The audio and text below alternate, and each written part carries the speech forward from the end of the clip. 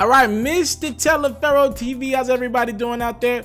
It was reported by my platform and a plethora of other platforms earlier today that Kodak Black caught a huge break in a case where he initially had about 7 charges, where he was on Instagram Live, and reportedly, or the feds are claiming that they were called by a fan who was watching Kodak Black's Instagram Live, seeing his kid around some guns and drugs, so they called it in.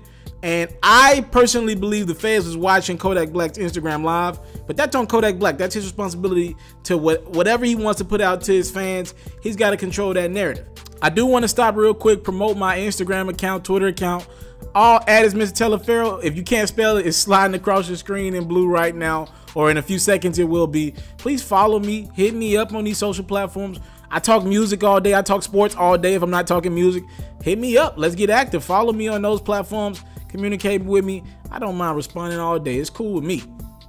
Now, there were guns found in the house. There were other things found in the house that shouldn't have been there, with Kodak Black, I believe, on house arrest. So Kodak Black was picked up. He had 7 charges. He was able to take about 3 of those charges off initially. His lawyer's been doing a fantastic job, Bradford Cohen. And now he was able to get 2 more charges dropped today. And the last 2 remaining charges, Kodak Black will have to be held accountable for. But that is a huge break compared to what Kodak Black was initially dealing with. He was dealing with 12 years if convicted. So now he's got it all the way down to a year, and he's going to get time served, as I told you guys earlier. So Kodak Black will likely be released from incarceration September, October-ish. But another good thing about everything that happened with Kodak Black today is he won't have to do any more house arrest or any probation. In that case, again, Kodak Black does have other legal cases coming up, but in that specific case, Kodak Black will be cleared of all that when he does the rest of this time. That is a huge dub for Kodak Black. His lawyer spoke candidly about that today via the Twitter account. He gave a statement to TMZ, again, overjoyed with the results they got from that judge, that prosecution. His lawyer was quoted as saying he felt as if though they were very fair to Kodak Black and their team, right? So even Kodak Black has released a statement. I don't know if he done got his hands on a phone in prison, or somebody made a statement for him, but this is coming from the mouth of one Kodak Black. He hit to that Instagram account to make a statement on just how happy he is about everything. He said, first and foremost, I want to thank the Lord for this blessing in disguise, which was sending me back to jail January 18, 2018. Second, I want to thank the Lord again for using my advocate Bradford Cohen as an instrument to speak through him and work diligently on my behalf. I would also like to thank Brad for seeing me as more than a client and for looking out for me as one of his family members. Last but not least, I would like to thank the judge, Michael Lynch, and the prosecutor, Michelle Boutros, for giving me a fair deliberation and not overlooking me and judging as the media and the naysayers sent me out to be. All right, Kodak Black, again, scheduled to be released September, October-ish, and then he'll have his slate wiped clean in that regard. He's going to have to deal with some other legal stuff. You know, before I close this video out, I'm looking at how fairly it looks like Kodak Black has been treated in this case. And first off, I'm happy for every black brother that gets another chance when we're talking about stuff that didn't harm anyone. Now, that sexual misconduct charge that he has coming up, I'm going to stay away from that one, right? I don't play about them type of games. But in regards to what Kodak Black had up against him in regards to just keep his kid away from guns and drugs, I'm always happy to see a young black brother get another opportunity. But I can only think about another case that we've been talking about prevalently on my channel as of yesterday. You know, Kodak Black will tell you himself. As a matter of fact, in that Instagram post, he said, me going back to jail, prison, whatever, was the best thing that happened to me. And I'm looking at Meek Mill's situation, and I'm thinking to myself, dang, well, Kodak could tell you himself he's done a lot of BS in the last few years that he needs to clean up.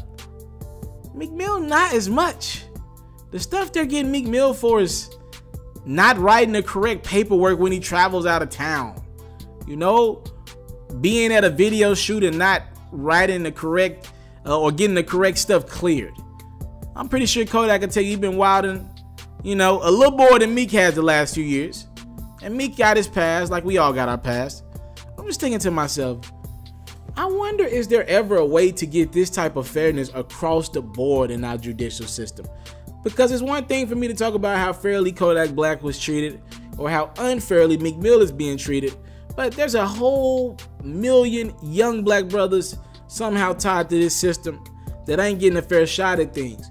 You know, I don't ever want to take away from the fact that as a community, we got to clean some stuff up. Yeah, we do. But when you truly do your research and homework, and as I grow up, I'm 24 years of age, and as you study stuff, you get the concept of this system is not for us.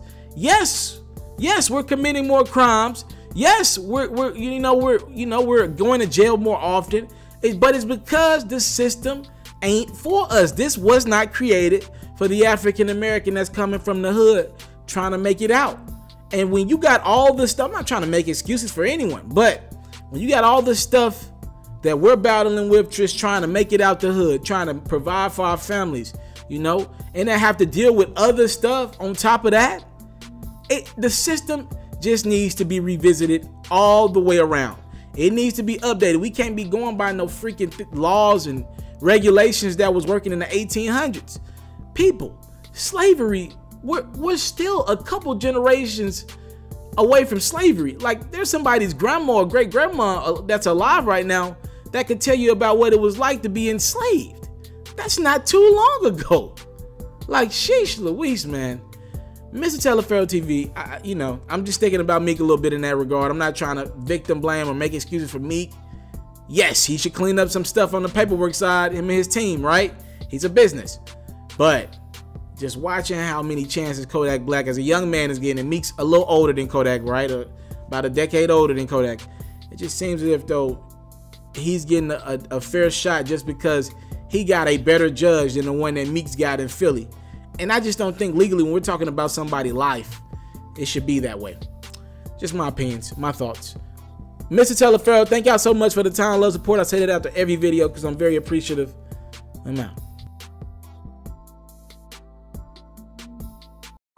I want to salute you, homie, you know, for building your own thing and doing your own thing, creating your own platform, your own website. I got one life to live out my dreams, and I'm giving this thing all I got. I interview celebrities. I talk sports. I represent the culture. Right now you're turning up on MrTaliaferro.com, shawty.